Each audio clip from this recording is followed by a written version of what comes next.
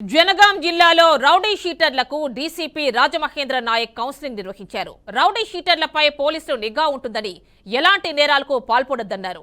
సత్ప్రవర్తన కలిగి ఉండాలని సూచించారు. చట్టాన్ని చేతుల్లోకి తీసుకుని నేరాలకు చేయొద్దని హెచ్చరించారు. ఈ కార్యక్రమంలో ఏసీపీ పార్థసారథి, సీఐ రఘుపతిరెడ్డి, ఎస్ఐలు రాజేష్, నగేష్, సతీష్ తదితరులు పాల్గొన్నారు. చెప్పాలనే ఉద్దేశంతో ఈరోజు ఈ యొక్క రౌడీ మేళాను నిర్వహించడం జరుగుతుంది.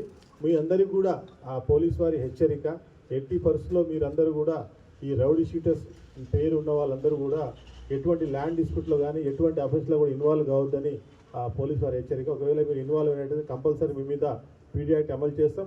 ఆ పర్యవసనాలు మీకు చాలా ఇబ్బందిగా ఉంటాయి. కాబట్టి మీరు మా సలహాను పాటించి ఎట్టి పరిస్థితుల్లో మీరందరూ కూడా ఏ కేసులో ఇన్వాల్వ్ కావద్దు, ఏ ల్యాండ్ డిస్ప్యూట్లో ఇన్వాల్వ్ కావద్దు.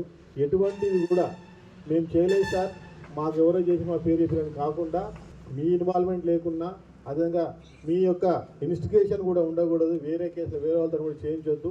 అందరూ కూడా మంచి కుటుంబంలో ఉన్నట్టుగా అనిపిస్తుంది. అందరూ కూడా మంచి వృత్తి చేసుకుంటున్నారు.